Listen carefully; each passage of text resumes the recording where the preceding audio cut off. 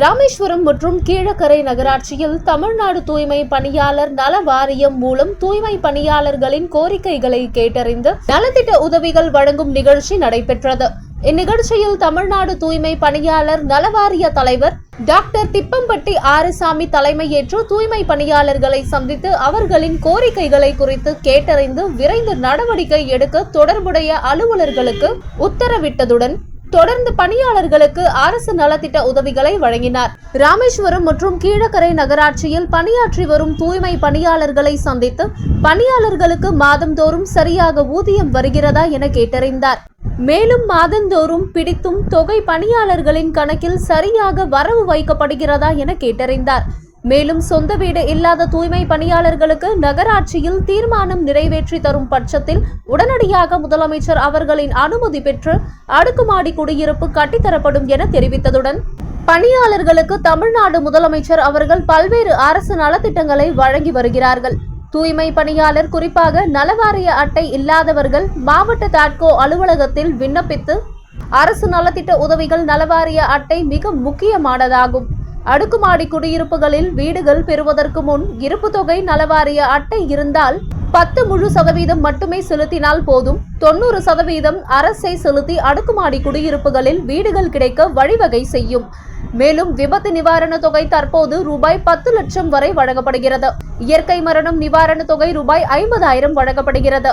கல்வி உதவித்தொகை, கண் சிகிச்சை உதவித்தொகை, கர்ப்பப்பை புற்றுநோய் அறுவை சிகிச்சை உதவித்தொகை வழங்குவதுடன் வெளிநாடுகளில் படிக்க செல்லும் மாணவர்களுக்கு ரூபாய் 10 லட்சம் உதவித்தொகை வழங்கப்படுகிறது.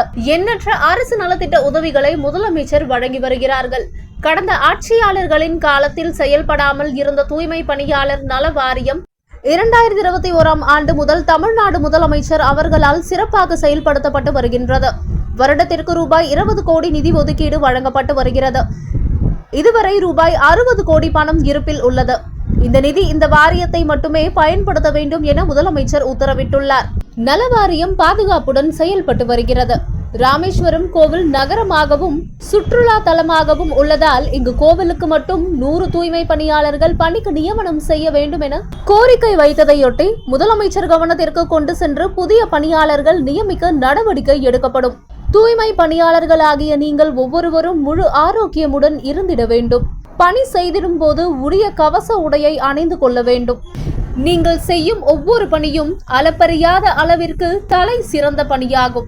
ஒரு இடம் தூய்மையாக உள்ளது என்றால் அதற்கான பெருமை முழுவதும் உங்களை வந்து சேரும்.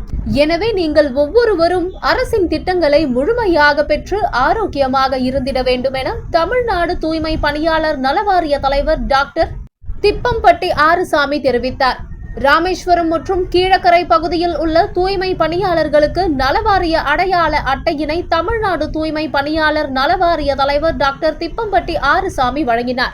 இந்நிகழ்ச்சிகளில் ராமேஸ்வரம் நகர்மன்ற தலைவர் செஹானா ஷோபிதா, மாவட்ட மேலாளர் செலினா, உதவி மேலாளர் தவமணி, ராமேஸ்வரம் நகராட்சி ஆணையாளர் ஆண்டவன், கீழக்கரை நகராட்சி ஆணையாளர் கிருஷ்ணவேணி, கீழக்கரை நகர்மன்ற துணைத் தலைவர் ஹமீது சுல்தான், வட்டாட்சியர்கள் முரளி, ராமேஸ்வரம், செல்லப்பா, கீழக்கரை மற்றும் நகர்மன்ற உறுப்பினர்கள், தூய்மை பணியாளர்கள் கலந்து கொண்டனர்.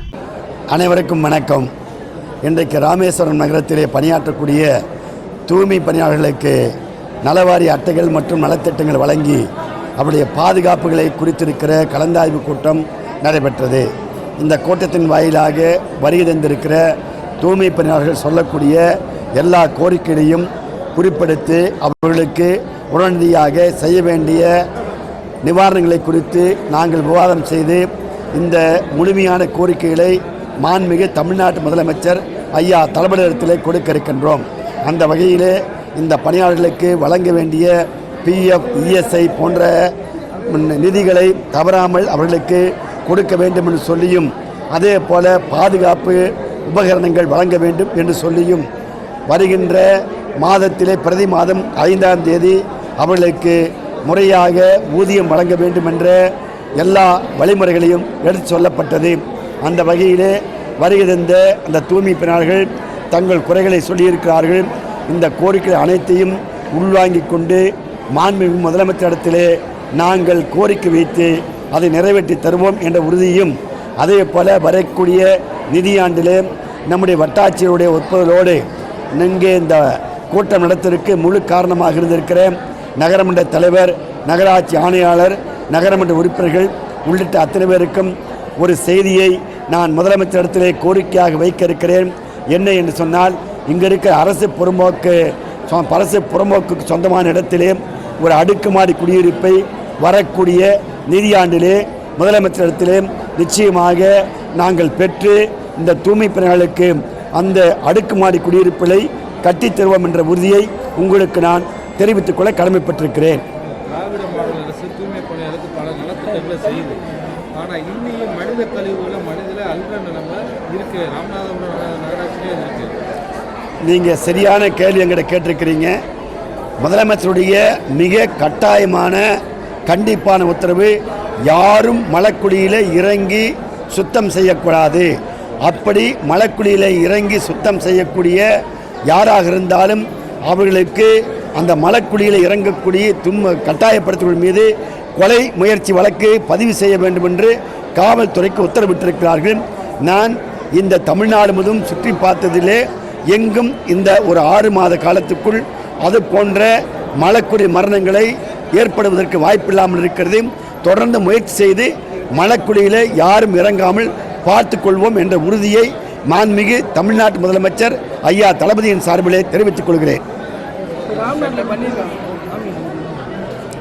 மத்திய அரசு நிதியிலிருந்து 2025-2024 நிதியில் ஏகப்பட்ட துப்புரவு வண்டியெல்லாம் வந்து பழுது படுந்து வீணாக கிடக்கு.